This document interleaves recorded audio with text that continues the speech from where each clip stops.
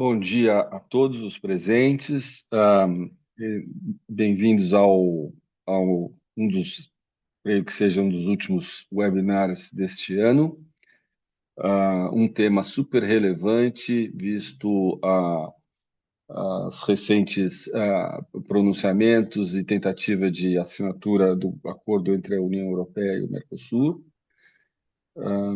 Gostaria de agradecer aos associados mantenedores da Britain, cujas marcas estão amplamente divulgadas no slide de abertura da apresentação desse evento. A Renata Sucupira e o Aloysio Andrade, presidente e vice-presidente do Comitê de Comércio e Investimentos Internacionais, responsáveis pelo evento de hoje.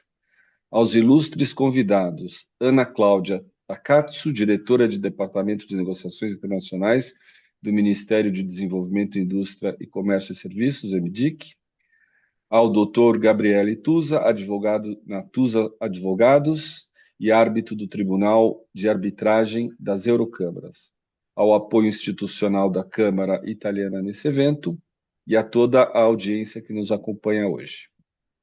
Falar um pouquinho da nossa Câmara. A Câmara Britânica de Comércio e Indústria do Brasil, a Britain, atua no Brasil há 109 anos, sendo o mais relevante fórum da comunidade empresarial e governamental Brasil-Reino Unido, para incremento do comércio, investimentos, serviços e relacionamentos bilaterais. Reunimos na Câmara grandes investidores britânicos no Brasil, dos mais diversos setores na economia, além de empresas brasileiras que se engajam nas relações Brasil-Reino Unido. A Câmara tem atuação regional e filiais em São Paulo, Rio de Janeiro, Paraná e Minas Gerais. Também conta com 13 comitês temáticos, cobrindo temas como agronegócios, capital humano e educação, comércio e investimentos internacionais, defesa e segurança, economia e finanças, energia, infraestrutura, legal, tributário e regulatório, meio ambiente e sustentabilidade, mineração, riscos e seguros, saúde e tecnologia e inovação. E também atua junto à Comissão Consultiva de Advocacy, CCA, em agendas prioritárias nas frentes de questões climáticas, tributárias e regulatórias, com atenção especial este ano para os 200 anos das relações diplomáticas e comerciais entre o Brasil e o Reino Unido e para a COP30, que aconteceu recentemente no Pará. Todas as atividades que realizamos seguem e reforçam a missão da Britain de promover os negócios bilaterais Brasil-Reino Unido, atuando para que haja ambientes empresariais e sociedades diversos, inclusivos e prósperos e sustentáveis, servindo aos associados e contribuindo para o crescimento do comércio, da indústria, dos serviços e dos investimentos. Convido a todos a visitar o site da Britain, www.britain.com.br, e participar dos próximos eventos da Câmara. Para dar sequência ao evento e apresentar os palestrantes, eu passo a palavra à minha colega Renata Sucupira. Bom dia a todos. Márcio, presidente da Britain, obrigada pelas suas palavras de abertura. E também agradeço aos convidados que eu vou apresentar em seguida. Primeiramente, eu queria passar a dinâmica do webinar. O evento está sendo transmitido ao vivo através do Zoom e no canal da Britain no YouTube. E o webinar de hoje terá duas palestras dos convidados, seguida de um espaço livre para perguntas da audiência. As perguntas devem ser enviadas através da ferramenta Q&A aqui do Zoom. E os que estão assistindo pelo YouTube, o acesso é gratuito e pode ser feito por meio do link disponibilizado no chat. Ao perguntar, pedimos a gentileza de mencionar nome e empresa antes da pergunta para fins de identificação. Haverá uma curadoria das perguntas realizadas e, visto que há restrição de tempo, desde já pedimos desculpas por perguntas que eventualmente não sejam abordadas. Vamos à apresentação. Ana Cláudia Takatsu é bacharel em Economia pela Universidade de Brasília e analista de comércio exterior com mais de 20 anos de experiência no Serviço Público Federal. Possui amplo conhecimento em política comercial, tendo atuado em negociações de bens e tarifas, regras de origem e outras disciplinas comerciais, tanto em âmbito nacional quanto internacional, assim como em elaboração, análise e tramitação de atos normativos em operações de comércio. Já exerceu funções na SESEX, Secretaria Executiva da Câmara de Comércio Exterior, CAMEX e na Assessoria Internacional do MDIC. bem como na Secretaria de Relações Internacionais do Ministério da Agricultura e na Casa Civil da Presidência da República. Gabriel Tusa é mestre em Teoria Geral do Direito pela USP, doutor em Direito Civil pela USP e professor de Direito Civil. Atua como conselheiro da Câmara de Comércio Brasil-Itália de São Paulo e é árbitro do Tribunal Arbitral das Eurocâmaras, Câmaras Europeias Reunidas. É uma satisfação. É uma satisfação abrir esse webinar para discutir um tema que volta ao centro da agenda global: o Acordo Mercosul-União Europeia e seus potenciais impactos sobre mercados, cadeias de valor e estratégias empresariais.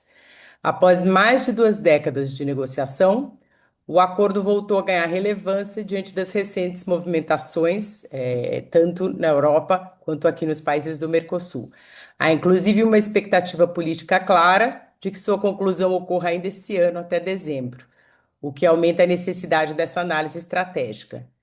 Em um cenário global, o cenário que a gente vive hoje, marcado por tensões comerciais crescentes, parcerias dessa natureza ampliam a previsibilidade, reduzem incertezas e fortalecem oportunidades de relacionamento econômico.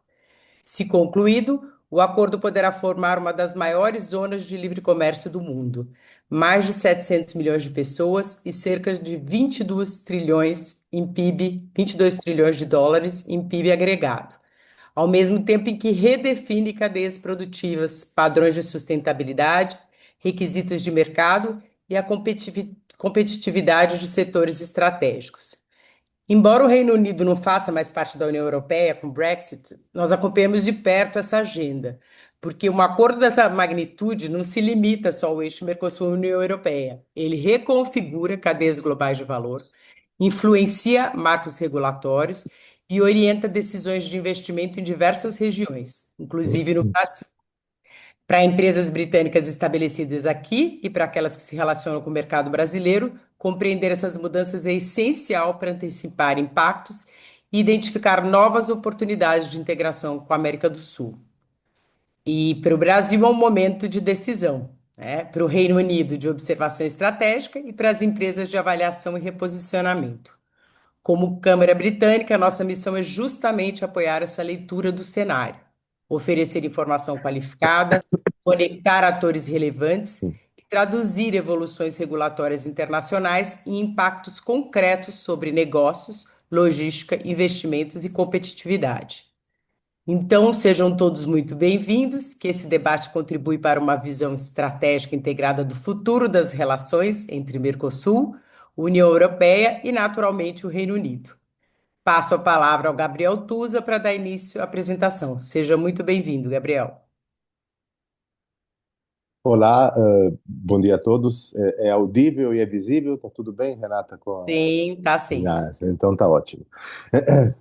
Senhores, bom dia a todos os presentes e os que estarão presentes depois, se eventualmente forem observar aqui o nosso webinar num outro momento. Em primeiro lugar, eu queria, claro, agradecer e muito o convite que eu recebi pela Brigham, porque independentemente de qualquer outra questão, nós estamos, eu faço parte de um grupo que trata dessa questão do Tratado União Europeia-Mercosul desde outubro, quando fizemos o lançamento, com alguns parceiros e amigos da FGV Europa, com a presença de alguns deputados brasileiros e italianos, com a presença do nosso ex-ministro Rubens Recupero. Nós tratamos desse tema e da sua importância, porque, pelo menos, somos pessoas que acreditam que isso pode ser uma absoluta reviravolta na questão das relações econômicas próximas. Mas este, para mim, em especial, é um convite muito diferente, é um convite muito relevante, porque estar aqui na Brigham significa estar presente para um acordo que, ao ser finalizado, será de dimensões mundiais, com o total interesse de um país do Reino Unido, da sua força gigantesca socioeconômica, mesmo não fazendo parte da Comunidade Europeia, interessado em entender, participar e colaborar com a evolução dessas relações. Esta, para mim, é uma situação definitiva de tão importante. Por isso que eu agradeço muito a Renata, que acabou de falar, ao presidente Márcio Zanetti, ao vice Luiz Andrade, meu amigo pessoal. De um lado, agradeço o convite e de outro, parabenizo por essa iniciativa, porque esta é uma situação que, e isto para mim é um ponto que tem que ficar muito claro. Estamos há quase 20 anos tratando do acordo. O acordo começa numa convenção quadro em 94, se finaliza em 2014, aquilo que parece ser o elemento decisivo para a sua assinatura, prometida agora para dia 20 de dezembro, mas muita gente ainda desconfia, fala assim, as forças que não querem que o acordo saia, pode ser que ele venha a não sair. Duas coisas a respeito dessa possibilidade. Primeiro, nunca se esteve tão perto e nunca foi tão necessário viabilizar o acordo quanto agora, à luz de alguns fatores claríssimos. As consequências de todo o cenário tarifário criado pelos Estados Unidos, a aproximação e o interesse da China, que assusta a comunidade europeia quanto à possibilidade da China firmar uma aproximação com o Brasil que inviabilize a finalização desse acordo, e a evolução claríssima de todos os países do BRICS, mas com destaque para a Índia, né, que cria, então, um cenário que exige uma modalidade de fortificação econômica no cenário europeu e sul-americano.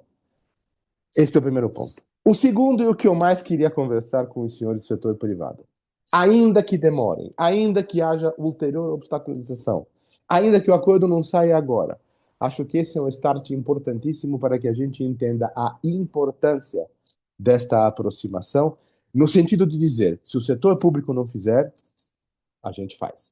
O setor privado faz. Cada setor hoje, se a gente entender a mecânica e a dinâmica e as possibilidades que temos hoje, tanto do ponto de vista das possibilidades econômicas, quanto dos instrumentos financeiros à disposição, hoje nós reunimos condições num determinado setor específico qualquer, por exemplo, de trazer uma receita pronta para que dois países estabeleçam um acordo bilateral e se inicie em situações específicas aquilo que deveria ocorrer no cenário global do ponto de vista desse acordo. Hoje, eu estou firmemente convencido de que reunimos condições para isso. E a importância de entender a situação do tratado, para mim, vale para essas duas coisas. A gente se preparar para um novo cenário macroeconômico ou, enquanto o cenário macroeconômico não é finalmente ultimado, a possibilidade de prover, do ponto de vista pontual, estas relações em cada setor. Como disse agora há pouco, então, se trata de alguma coisa. Vou tentar tratar um pouco de alguns argumentos genéricos do que o tratado diz, para que a gente se familiarize melhor, e, num segundo momento, tentar trazer alguns insights da situação política que, claro, acaba sendo sempre o estopim ou o problema de algumas relações. É um pequeno adiantamento sobre esse ponto de vista para que a gente talvez possa entender uma mudança de cenário. Sabemos muito bem que vários países querem que o acordo seja finalizado, outros não querem. Quando falamos nesses outros, sempre se menciona a posição defensiva da França, com suporte da Polônia, da Áustria e da Hungria, em alguma medida. A Bélgica, que cogita a sua abstenção, e a Itália, que ainda não tem uma posição extremamente, digamos, definida num ou outro sentido nesta situação. Nesse exato momento, foi produzido na Itália um trabalho por alguns deputados, dentre os quais a ex-presidente da Câmara Italiana, Sandra Boldrini, e o deputado do Parlamento Italiano eleito pela Constituição Sul-Americana, Fábio Porta, um trabalho no qual se busca efetivamente exigir do governo uma posição definitiva no sentido da solução dessas questões. Então, repito, me parece que nunca tivemos um momento tão preciso como agora. Muitos sabem disso, mas não custa a gente deixar claro o que significa a finalização do acordo União Europeia-Mercosul. De um lado, os 27 países da Comunidade Europeia, do outro, os 5/7 países do Mercosul, com todos os demais países convidados. Né? Mercosul é composto por Brasil, Paraguai, Uruguai e Argentina. A Bolívia já faz parte do grupo permanente, embora ainda dependa de uma atualização do seu ordenamento jurídico constitucional para atender a parâmetros do Mercosul, e infelizmente a posição da Venezuela, por muitos motivos, está suspensa. Então, esse é o cenário que se encontra hoje. O Mercosul, numa demonstração, digamos, de aumento desse interesse por relações globalizadas ou parcialmente globalizadas, agora há pouco se aproximou de um belo acordo com o EFTA, mas devemos deixar claro que este acordo Mercosul-União Europeia representa alguma coisa como 10 a 15 vezes aquilo que Mercosul e EFTA assinaram há pouco. Juntos, Mercosul e União Europeia representam um PIB de mais ou menos 23 trilhões de dólares. Esse é um número que representa algo em torno de um quarto, talvez um pouco mais, do PIB mundial. Ou seja, estão fora a Índia, está fora a Rússia, está fora os Estados Unidos, e tratamos de praticamente um quarto da economia que gira no mundo inteiro. Não seria de se deixar para lá entender o que significa no cenário europeu alguns pequenos nichos econômicos com um poder absolutamente devastador. Regiões pequenas, como por exemplo o norte da Itália, onde tem aquela parte que a gente chama de Pianura Padana, que envolve também Lombardia, Vêneto, Piemonte e outras regiões, somente aquele pedaço representa 6% de todo o PIB da Europa. Né? Ainda que o Reino Unido não faça parte da comunidade europeia, estamos falando de uma ilha de dimensões extremamente inferiores ao Brasil, cuja capacidade socioeconômica está entre as maiores do mundo. Então, quando falamos desses nichos pequenos e que podemos encontrar na Europa de extrema potencialidade e comparamos com as extensas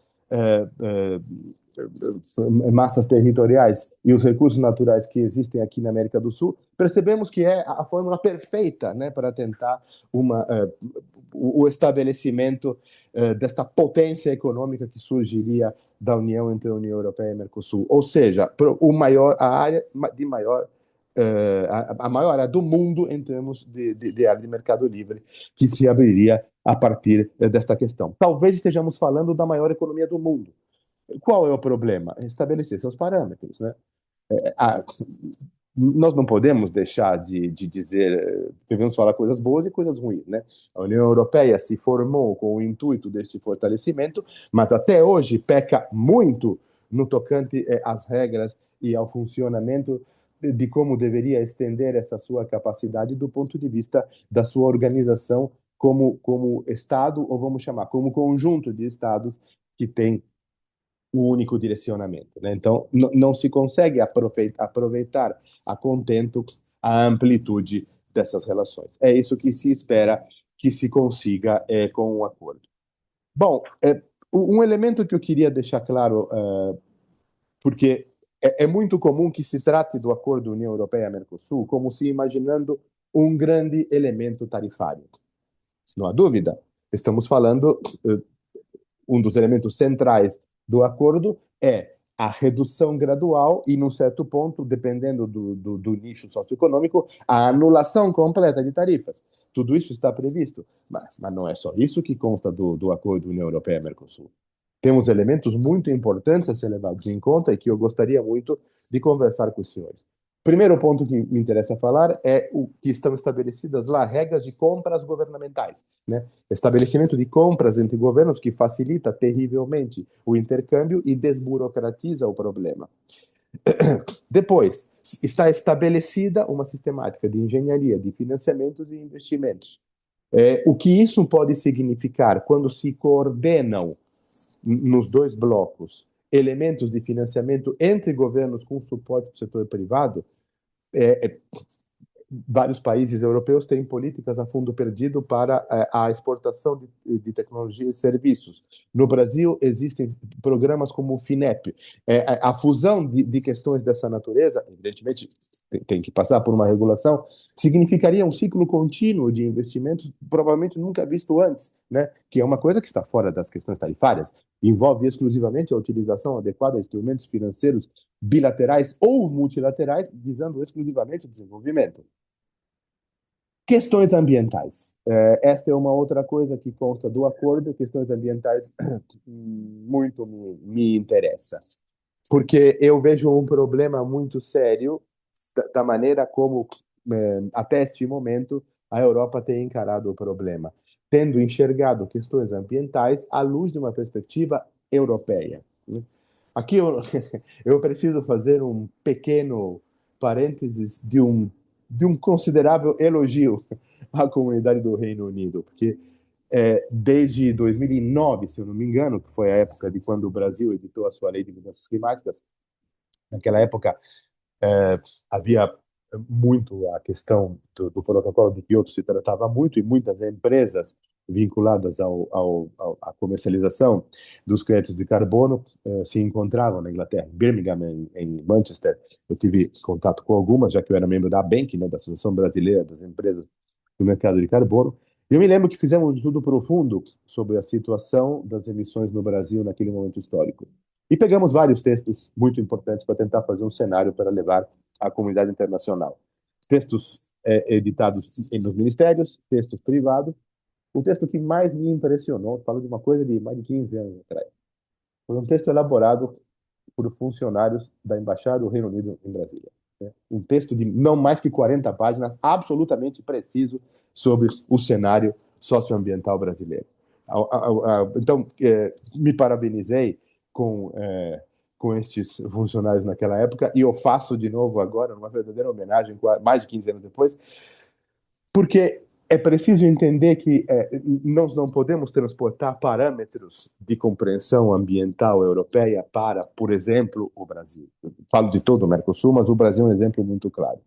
Eu não posso descrever, do ponto de vista ambiental, a situação que eu vou utilizar num país que apresenta 6 biomas. Eu estou tratando dessas minhas questões de adaptação ou de prevenção ao risco em termos de Amazônia, em termos de Mata Atlântica, de Caatinga, de Cerrado, de Pantanal ou de Pampa. Não posso deixar de me adaptar a esse tipo de variabilidade. Então, os parâmetros europeus precisam entender que eles não podem ser aplicados ipsis literi no que acontece aqui no cenário sul-americano. Eu queria trazer um exemplo prático. Hoje, na comunidade europeia, para a importação de produtos relativos a tecidos, roupas, cobertores, situações dessa natureza, se exige que a manufatura tenha, dependendo do setor, uma maior ou menor porcentagem de material reciclado. Ou seja, respeito à cadeia global e atendimento a medidas de meio ambiente perfeitamente coerentes. Porém, devemos lembrar que no Brasil existe um forte apelo às energias renováveis. E, portanto, boa parte do que acontece no setor de tecelagem no Brasil é algo que parte do descarte que ocorre na manutenção de tecidos vai parar na cadeia de combustíveis renováveis. Perceba, para poder atender ao parâmetro europeu, então, vou ter que interromper esse fluxo de combustíveis que não emitem CO2 para fazê-los ingressar na cadeia de produção e, portanto, prejudicando a cadeia de meio ambiente no Brasil? Não faz sentido. Então, o parâmetro europeu, perfeitamente coerente, o seu intuito é adequado, é preciso que se adapte a que situação? Aquela pela qual o tecido que não apresentar esta margem de reciclagem seja sujeito a um determinado inventário onde a metodologia empregada que favoreça o meio ambiente seja considerada análoga e, portanto, o produto possa ser considerado adequado à importação. Eu não sei se eu consegui me explicar, infelizmente o tempo à nossa disposição para tratar dessas questões é bem pouco, né? Mas é o que eu estou tentando trazer para vocês na importância desse cenário. E um último ponto importantíssimo que o tratado nos traz nesse sentido é a questão da solução de controvérsias.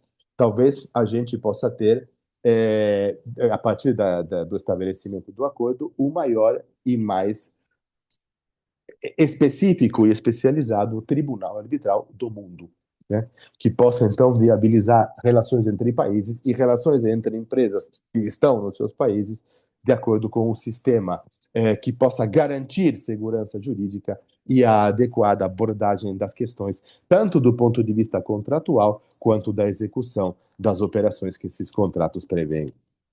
Não é? Bom, então, estas são algumas coisas que eu queria trazer para além do cenário tarifário, né? Recordando apenas, assim, alguns elementos importantes já no cenário tarifário que vão constar do acordo, né? A União Europeia vai zerar as tarifas que incidem sobre 92% das importações do bloco sul-americano em até 10 anos. Esse prazo pode até se ampliar, mas o que importa é entender que não se pode modificar um cenário tributário de um momento para outro, isso significaria o colapso. Então, a ideia é que isso seja feito de maneira gradativa. O Mercosul, por sua vez, acabará com 72% das tarifas que incidem sobre produtos europeus comprados do bloco do mesmo período, né? A isenção deverá chegar a algo em torno de 91% em 15 anos, né? Para o setor agrícola, mais de 82% do que a União Europeia importa do Mercosul terá tarifa zero em 10 anos. Isso, repito, pode acabar mudando quando se entender o gênero de necessidade que um ou outro elemento possa ter. E no mesmo período, quase 68% do que o bloco sul-americano compra também ficará com tarifa zero, né? O acordo inclui também cotas para determinados produtos para impedir que haja algum tipo de desescalonamento de produtos. Então, estas são basicamente as regras de maneira ampliada. O que devemos levar em conta nessas questões? Principalmente o receio da Europa, esses países que mencionamos, França capitaneando, Polônia, Bélgica em segundo lugar, com o avanço do setor agrícola sul-americano. Vamos dizer, a justificativa seria que se trata de produtos mais baratos porque não atendem aos parâmetros ambientais que advêm da União Europeia. Esta situação, para demonstrar que não é verdadeira, é simples, do ponto de vista da certificação e rastreabilidade adequadas que o Brasil já realiza. No total da sua produção, não, mas já em grande parte. Não vamos esquecer, por exemplo, no setor da soja, que o Brasil usa hoje em quase a totalidade da sua produção o sistema de plantio direto, né? Coisa que é um marco importantíssimo, inclusive na parte de redução de emissões. O Brasil, a meu ver, falo cenário do Mercosul, me refiro ao Brasil especificamente, peca, no meu entender, neste momento, por não ter dado andamento à regulação da sua lei de comercialização de emissões de carbono, porque já poderia ser um marco importantíssimo no desenvolvimento dessas relações a favor do ambiente e na obtenção de recursos por parte do setor primário, não é? Agora, esta preocupação europeia, a meu ver, ela é equivocada. Primeiro, não vamos esquecer que quase 40% do PIB da Europa é voltado para a subvenção do setor agrícola. Esse setor agrícola, portanto, que passaria a poder se dedicar a atividades muito mais específicas e centralizadas, poderia se valer com a importação de gêneros de primeira necessidade a custo mais baixo para o desenvolvimento de determinadas outras atividades. Então, poderíamos ter uma verdadeira especificação de nichos dentro da atividade europeia agrícola. Por outro lado, a balança comercial europeia teria vantagens impressionantes com a exportação dos seus produtos da indústria de transformação. Isso, na verdade, para a América do Sul é um problema. Precisamos entender, então, que a América do Sul prossegue exportando o gênero de primeira necessidade, trazendo produtos industrializados, e, em alguma medida, este aumento de receita deve estar voltado aqui na América do Sul para o incentivo à manutenção do gênero de primeira necessidade aqui, para o beneficiamento local e, assim, a exportação com muito mais valor agregado. É nisso, inclusive, que a tecnologia europeia pode ajudar. A transferência de tecnologia, permitindo que, então, haja a utilização dos mercados europeus, sul-americanos, o emprego da matéria-prima e a utilização por parte da indústria local com o seu desenvolvimento, significaria, com as medidas e regulamentos adequados, uma vitória para todo mundo que esteja dentro dos parâmetros desse acordo, né, e aqueles que eventualmente apoiarem. Gabriel, desculpa Sim. interrompê-lo, mas acho que seu tempo já acabou, já está terminando, tá? Já Posso ter finalizou. mais um minuto? Sim, por Sim, favor. muito obrigado. Então, apenas para terminar, nesse momento o acordo se encontra a ser objeto, se espera assinatura em breve. A sua finalização depende no Conselho Europeu de 65% da população e 55% dos países dizendo sim, e da maioria simples no parlamento. Há uma rejeição por parte dos partidos da chamada sinistra, da esquerda europeia e dos partidos verdes, capitaneados por vários deputados. Céline Imad e Claude Wright, nesse momento, são os que mais são contra o acordo. E o último elemento que eu queria deixar claro, por que o acordo está conseguindo ser assinado sem a ratificação de todos os países? Porque ele foi desmembrado. Os aspectos tarifários não dependem para a sua aprovação da ratificação país por país. E é isso que preocupa esse setor dentro do parlamento que tentou inviabilizar o prosseguimento do acordo, né? Então, nesse exato momento, a não ser que aconteça algo novo, porque a petição que fizeram junto à Corte de Justiça Europeia foi rejeitada, o acordo está pronto para ser assinado do ponto de vista tarifário e, do ponto de vista da sua legislação constitucional e ambiental, ser levado à apreciação da ratificação de cada país no seu momento específico. Renata, me desculpe a demora, o assunto é gigantesco. Eu agradeço a presença, aplaudo a iniciativa da Britcham e deixo minhas saudações e minha disponibilidade para todos os associados. Muito obrigado. A gente é que agradece, muito obrigada pelas considerações. Eu vou passar a palavra para a nossa convidada, só reforçando aqui que acho que ela vai para a gente pedir como é que está a agenda do lado do Brasil, porque a gente sabe que o Brasil atualmente está na presidência rotativa do Mercosul e está articulando, inclusive, a possibilidade de postergar a transferência do comando para o Paraguai para tentar garantir que o acordo seja assinado, né? E do lado da União Europeia, entre os dias 16 e 19 de dezembro, se eu não me engano, os Estados-membros devem avaliar o tratado, né? Condicionados à posição do Parlamento Europeu, que vai votar no dia 16 de dezembro o pacote de salvaguardas agrícolas, né? Que vai ter o objetivo de conter a resistência, especialmente da França. E aí também, já colocando um ponto que eu gostaria que a Ana entrasse na sua exposição, é esse monitoramento dos setores que eventualmente possam vir a ser prejudicados no Brasil também, que eu sei que teve uma evolução nisso com relação à versão anterior do acordo. Então, sem mais demora, eu vou passar a palavra para a Ana. Muito bem-vinda, muito obrigada por estar aqui e passo a palavra para você.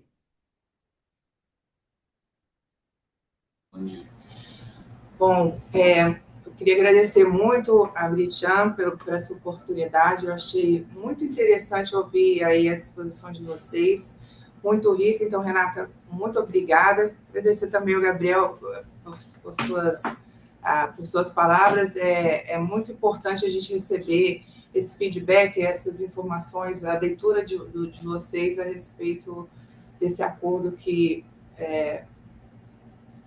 vamos assinar no dia 20 de dezembro. Bom, primeiro, o acordo com a União Europeia, ele não é só um acordo, como o Gabriel falou, é um acordo de tarifas apenas. É claro que vamos ter reduções tarifárias, vamos ter uma área de livre comércio, e aí que vai abarcar 20% do PIB mundial, uma população tremenda aí dos dois blocos, mas ele compreende também temas regulatórios, temas de serviços e investimentos que a gente pretende que com este acordo traga segurança econômica, previsibilidade, um acesso estratégico a insumos estratégicos e aí reconfiguração, portanto, de cadeias de produção e também reconfiguração de fluxos de investimento. Preciso contextualizar também a questão de comércio baseado em regras num contexto internacional que nos encontramos hoje. Então, é uma informação, é uma notícia importante para o mundo, em que tanto Mercosul quanto União Europeia pretendem aí estabelecer e firmar as regras do multilateralismo, inclusive no fluxo de comércio, de investimento, fluxos econômicos aí entre esses dois blocos. Entrando um pouco nos temas que a Renata me pediu para mencionar, né? Depois aí de tantos anos, de mais de 2 décadas de negociação, no ano passado nós concluímos a negociação técnica. É importante frisar que o acordo não estava concluído, não só porque nós reabrimos pontos importantes para discussão, mas também porque o acordo em 2019 não estava fechado, né? Nós concluímos todos os textos e revisamos questões importantes como compras governamentais, comércio e desenvolvimento sustentável, revimos questões, inclusive, de preferências tarifárias, principalmente para o setor automotivo.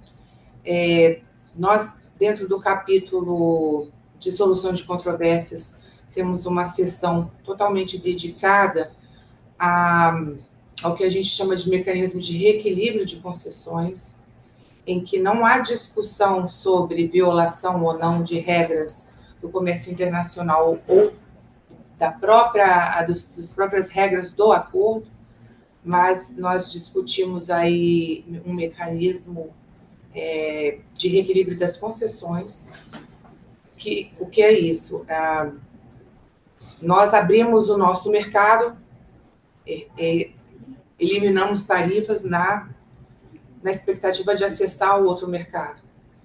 E quando a outra parte adota medidas, uma política que esvazia a concessão feita, independente de violar ou não, isso não é uma questão, mas esvazia e, portanto, desequilibra o acordo, né, negociado, nós podemos acionar o mecanismo e utilizar a estrutura de arbitragem do capítulo como um todo de solução de controvérsias para a parte afetada reequilibrar o acordo, seja por solicitar ajustes nas medidas adotadas pelo parceiro, ou seja, por recalibrar a nossa própria oferta.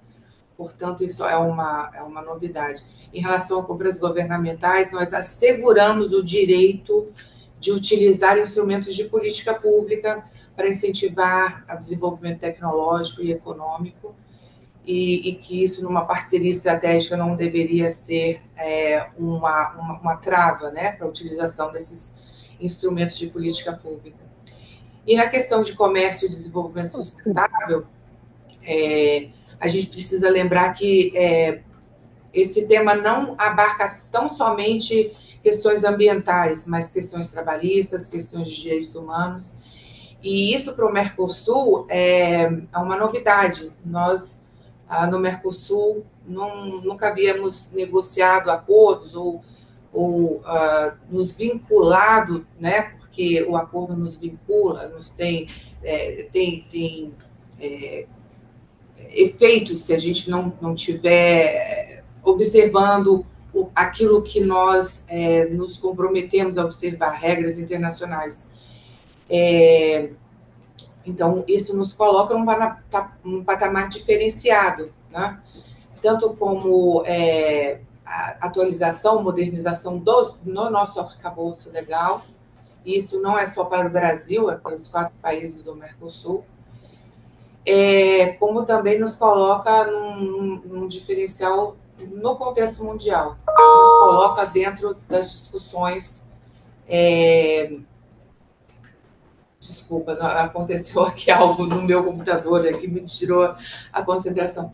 Mas nos coloca o Mercosul num patamar diferente.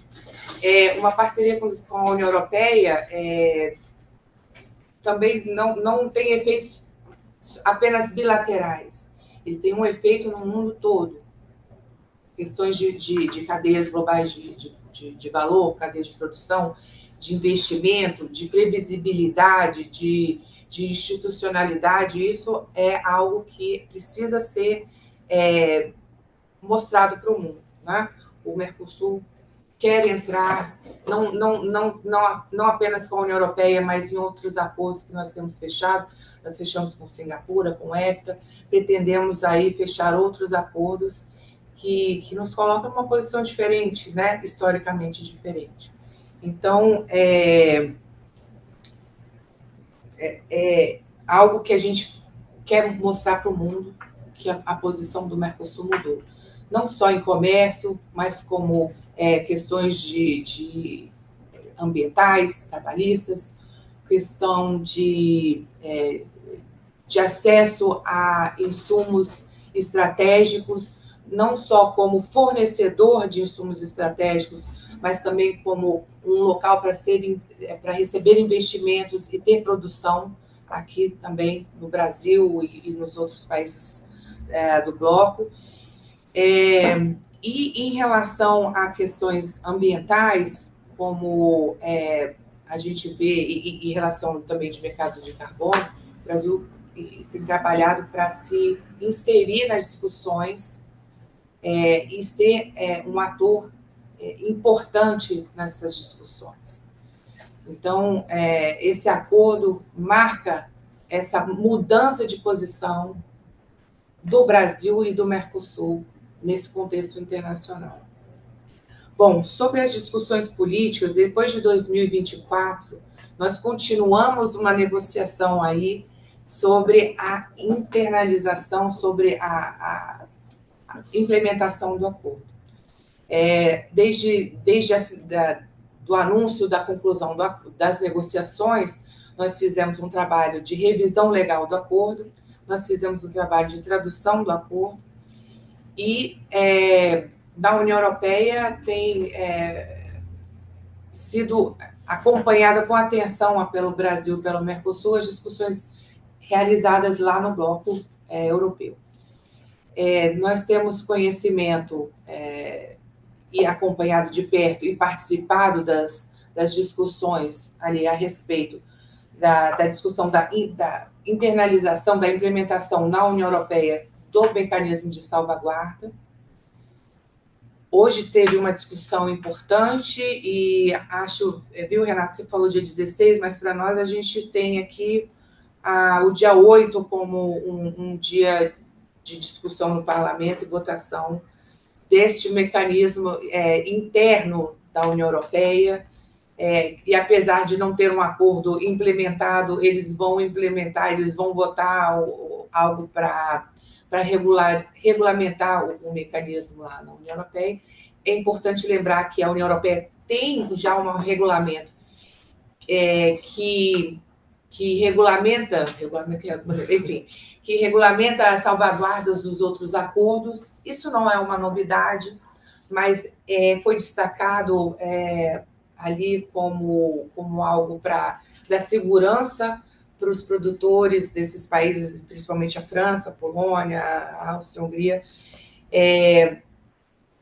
para que o acordo não gere impactos indesejados, muito embora a maior parte dos produtos que são objeto de maior preocupação por parte deles, nosso acesso será por meio de cotas e, portanto, durante a negociação, essa preocupação já foi tratada.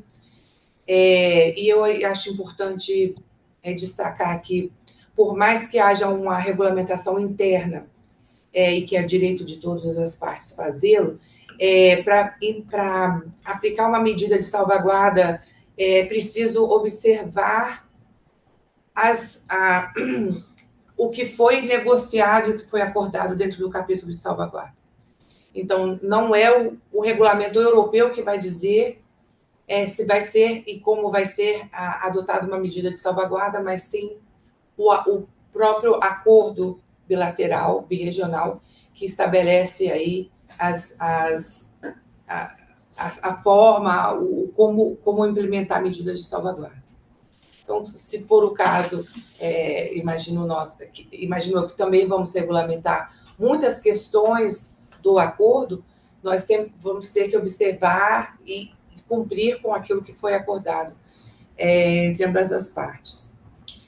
Hoje também está sendo discutido, revisado pelo Conselho, o texto em si e também os textos nas demais línguas europeias.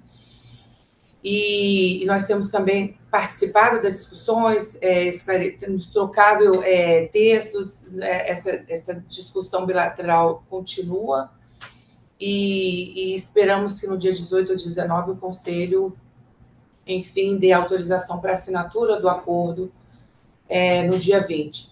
Está tudo programado para que a assinatura ocorra no dia 20, mas o acordo, a negociação e todo o processo não termina no dia 20. Depois disso, temos o processo de internalização nos Estados-partes do Mercosul e também na União Europeia. Vale mencionar que o acordo, que é um acordo de parceria, ele é dividido, ele contempla duas partes, um que a gente chama de ITA, o acordo Trade Agreement, eu estou pensando como é que fala isso em português, que ele abarca todas as questões de comércio e, portanto, de competência exclusiva da da União Europeia, e o acordo maior que inclui essa parte de comércio. Então, assim, na União Europeia, depois de assinado, tem esses dois acordos para ser internalizado. O acordo de comércio, ele pode ser internalizado pela União Europeia, pela Comissão Europeia e pelo Parlamento, e pode entrar em vigência provisória, enquanto o acordo maior, que inclui questões políticas e de cooperação, precisa ir para os parlamentos de cada Estado-membro, e aí, portanto, tem um rito mais demorado.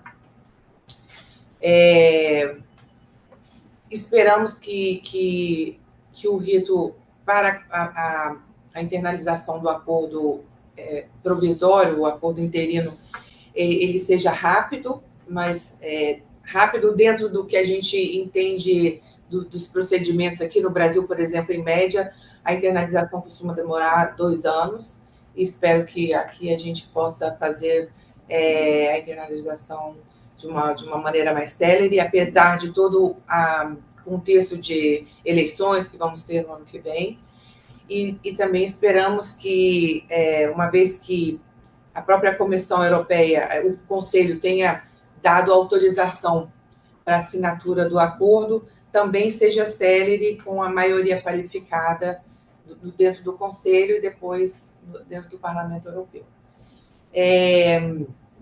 Sobre os setores de maior impacto, nós temos aqui em curso uma avaliação em parceria com o Banco Mundial,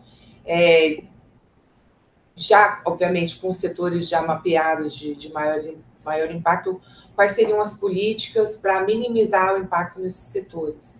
Então, não sei se eu tenho muito tempo. Aliás, Renata, eu tinha aqui um discurso longo preparado aqui para falar para você. Sim, pode ficar tranquila, está com tempo ainda, pode seguir, não se preocupa não.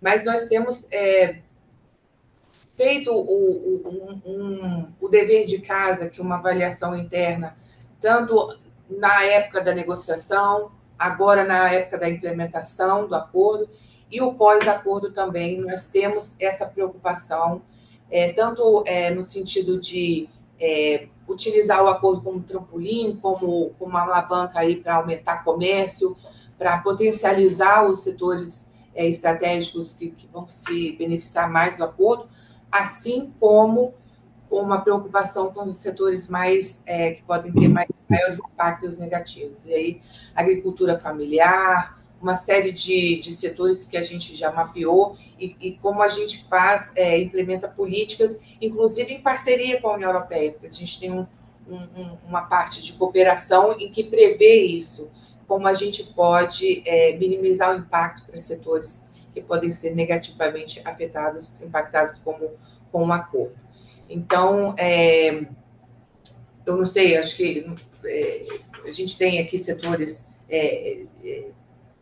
mapeados, questões de tecnologia, de insumos estratégicos, de políticas ambientais, como mercado de carbono, questões de desmatamento. Acho que o Brasil demonstrou aqui com a COP que nós queremos ser um ator relevante nas discussões desses temas. Nós temos preocupações e queremos e nos propusemos a vincular efeitos do acordo com essas questões. Portanto, não se trata apenas de Acordo de Paris, e se a gente não cumprir com os compromissos ali assumidos, não tem um efeito apenas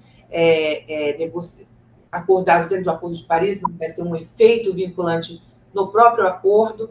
Então, isso é uma mensagem muito clara de que o Brasil, de que o Mercosul está, de fato, comprometido com as discussões ambientais, com discussões trabalhistas, com discussões de direitos humanos, de comércio e gênero e todas essas questões que envolvem comércio e desenvolvimento sustentável. E com esse acordo nós pretendemos ter não só um aumento de comércio, mas recolocar o Mercosul como uma plataforma de produção, de investimentos e de exportação aí no médio e no longo prazo. Espero que não só este acordo, mas os outros acordos que o Mercosul tem negociado demonstrem isso claramente para toda a comunidade internacional. Muito obrigada. Nós é que agradecemos. Muito obrigada mesmo, Ana Cláudia. É bom ter as informações oficiais. Eu acho que é muito importante também ressaltar como o Brasil tem feito de tudo para reforçar o multilateralismo em meio a esse momento que a gente está passando né, do multilateralismo em crise, do que tem ocorrido, das polarizações, né? Então, esse acordo, acho que aí até o momento de aprovação também nunca teve tão bom por conta disso, porque também a União Europeia tem que correr atrás de parceiros, todos estão sendo prejudicados aí já falando mais especificamente do efeito Trump, né? Então, acho que isso também deve ter ajudado muito no momento, né? O cenário global ajudando muito. Tem uma perguntinha aqui da Mônica Silva, que eu acho que os dois podem falar, mas talvez passando para você aqui, Ana Cláudia. Para o agronegócio do Mercosul, qual o principal diferencial em termos de acesso a mercado, cotas ou redução de tarifas, e qual o potencial de crescimento projetado para as exportações no primeiro ciclo do acordo? Se você quiser responder, depois se o Gabriel quiser falar alguma coisa, mas passo a palavra para você, Ana. Bom, obrigada, Renata. Obrigada, Mônica. Acho importante aqui a gente pontuar que, antes de falar da questão tarifária, o acordo realmente é emblemático nesse contexto, né, Renata? Ele é importante não só para a questão do multilateralismo e a gente dizer que reforçar as regras multilaterais, mas também reforçar para a União Europeia que o acordo, o objetivo que eles querem de um compromisso do Mercosul com questões ambientais, com questões de produção sustentável, ele serve para isso também. No momento que nós nos comprometemos a cumprir com os compromissos, enfim, de observar os compromissos em outros foros de discussão de sustentabilidade na produção e vincular o acordo. Então, se a narrativa da sustentabilidade, da proteção ambiental é importante para a União Europeia, então conclua e implemente o acordo, porque nós vamos estar vinculados, né? Nós vamos estar, se a gente não cumprir com isso, vocês suspendem o acordo, o benefício do acordo. Então, se vocês querem nos forçar, esse é o melhor instrumento. Então, assim, é emblemático e eu preciso ressaltar isso, tanto em questões ambientais, quanto como mensagem para o mundo do que é importante de ter um acordo e comércio e fluxo de comércio baseado em regras multilaterais. Então, este é um grande diferencial e é emblemático por isso. Não sei, Gabriel, se você quer perguntar alguma coisa sobre esse tema, se eu sigo falando de impacto. Eu gostaria, porque esse, assim, eu poderia dizer que é um assunto interessante, mas eu prefiro dizer que é um assunto que me irrita. Porque eu estive, na verdade eu não estive, né? Teve um summit na Europa há mais ou menos uns 2 meses e meio, mais, uns 6 meses, que foi o motivo pelo qual eu achei que era o momento de montar a chamada Agenda Global e tratar do assunto do acordo, aonde um determinado representante, eu não vou citar o nome, de algumas associações agrícolas na Europa, foi dizer que se permitisse a importação de produtos brasileiros que usam hormônios que matam crianças, que usam pesticidas que assassinam as pessoas e tantas outras bobagens absolutamente sem sentido, foi aí que eu falei, é o momento de entrar para tratar desse assunto, mas não para sair falando, para dizer que é lindo, para dizer que é fofo, para trazer números e dados, para levar os dados do Swissbov e para poder demonstrar aquilo que efetivamente está acontecendo com a brutal evolução da capacidade produtiva aqui no Brasil. A rastreabilidade está em aumento e, efetivamente, não dá ainda para você ter todo o parque agropecuário brasileiro rastreado pelas suas dimensões, mas ele já está a bom caminho. Aqui tem a matriz energética, provavelmente, se não a mais limpa, uma das mais limpas do mundo. Então, a partir desse momento, eu disse, não vamos mais responder a frases com frases, mas vamos responder com dados, né? E os dados demonstram que boa parte, por vezes, do farelo que alimenta a produção europeia é o farelo que advém aqui depois da produção, depois da extração e da produção da soja brasileira, né? Então, a ideia é tratar estes assuntos que envolvem as eventuais críticas que se possam fazer à produção local com dados e certificações. Não respondo mais a essas questões com retórica, porque efetivamente são tentativas de não permitir que o acordo avance. É claro que eu posso falar mais da posição brasileira do que de outros países do Mercosul, mas a ideia é a mesma.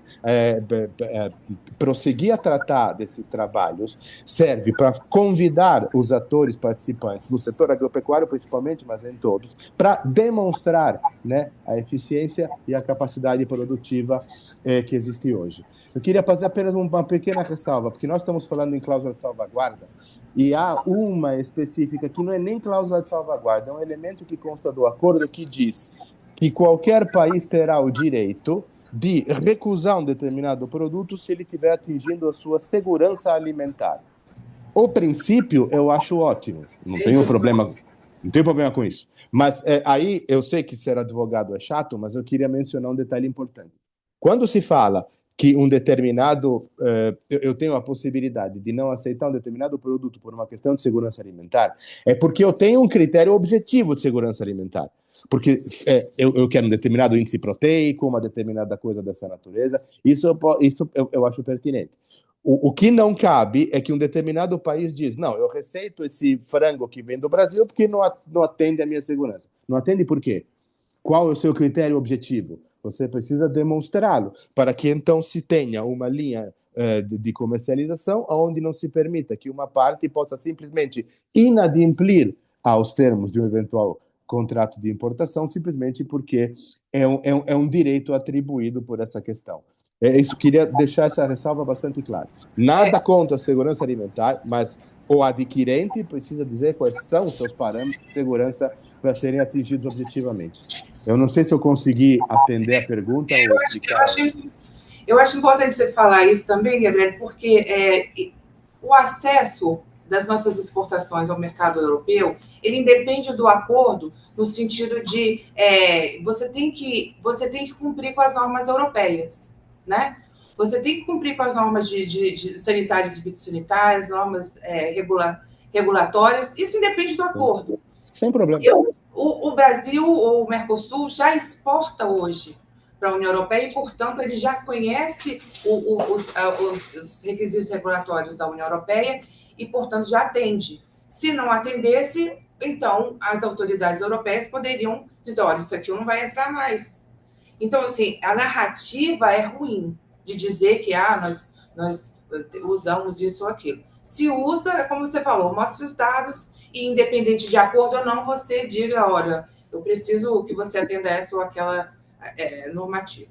Então, essa narrativa, para mim, é infundada, acho que não precisa ser levada em consideração, inclusive. O acordo prevê, sim, as exceções normais do comércio das regras internacionais previstas na OMC. Questão de segurança de saúde, animal, ambiental, Claro. questões de... Enfim, nós temos um capítulo dentro do acordo exclusivamente de exceções. Como se não seria necessário, mas tem, em que você reafirma todas as exceções das regras multilaterais. Então, assim, essa narrativa é bom que você tenha contato com essas pessoas para não proliferar esse tipo de informação que é infundada, né? E aí eu te agradeço esse exercício de refutá-los, né? Claro. Respondendo a Mônica, eu vou dar alguns números aqui do nosso estudo de impacto, né? Sobre a simulação dos efeitos do acordo, usando os modelos internacionalmente, mundialmente aceitos. Efeito positivo sobre o PIB. Nós estimamos um efeito positivo de 0,34%. Um aumento de investimentos, isso para o Brasil, tá? Um aumento de investimentos de 0,76%. Redução no nível de preços ao consumidor também, de 0,56%. Aumento nos salários reais e também aumento de importações. Ou seja, acesso à tecnologia. Quando a gente fala de aumento de importações, a gente não tem uma visão limitada de, olha, eu vou aumentar importações, isso é ruim, ou vai desequilibrar a balança comercial. Não. Vai ter aumento nos dois fluxos, tanto de exportação como de importação, e esse aumento de importação é positivo tanto para a questão de redução de preços ao consumidor, de nível de preço, mas também com acesso à tecnologia. Nós precisamos desse acesso, nós precisamos desenvolver o nosso parque industrial, modernizar o nosso parque industrial e ter um aumento de produtividade. Estes outros efeitos, o estudo de impacto não mostra, né? Mas é importante pontuar também esse tipo de efeito com um acordo que a gente entende como sendo um dos maiores acordos do mundo. Então, outros efeitos positivos não estão capturados aqui, mas essa questão de reconfiguração de cadeias é importante mencionar e ressaltar que é um dos objetivos, dos alvos que a gente quer alcançar com esse acordo. Eu acho. Obrigada por ter respondido. Acho que agora a gente tem que passar para as considerações finais, que a gente tem 5 minutinhos para terminar.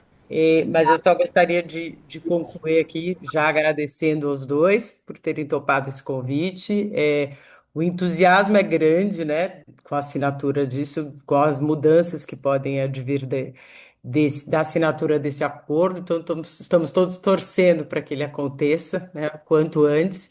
E também acho importante comentar isso, assim, até nessa parte de tecnologia e serviços, a gente tem feito um esforço muito grande para conseguir que o Brasil ratifique e ponha em prática o acordo para evitar a dupla tributação do Brasil e Reino Unido, porque a possibilidade de ter tecnologias, que é o que nós mais nos preocupamos aqui na Britam, é de trazer essas tecnologias para né, aperfeiçoar a nossa indústria aqui, que depende muito disso. A gente já teve uma grande evolução com a alteração da legislação de transfer pricing, que agora a gente está como o mundo inteiro, né? Já foi uma evolução grande para facilitar, porque a facilitação do comércio é o que a gente busca aqui, tanto no nosso comitê, e como a gente quer na prática para poder garantir esse multilateralismo. Então, eu passo a palavra para o Gabriele, por uns minutinhos, e para a Ana depois para se despedirem. Mais uma vez, muito obrigada e obrigada a todos por estarem aqui.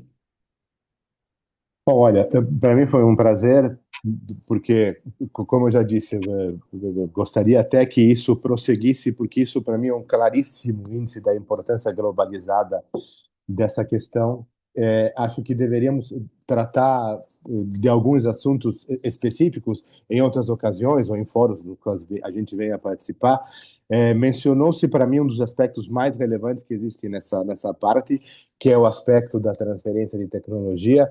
É, Somente hoje, já nesse momento, existe uma série de financiamentos voltados para isso, sem que o acordo esteja ainda assinado.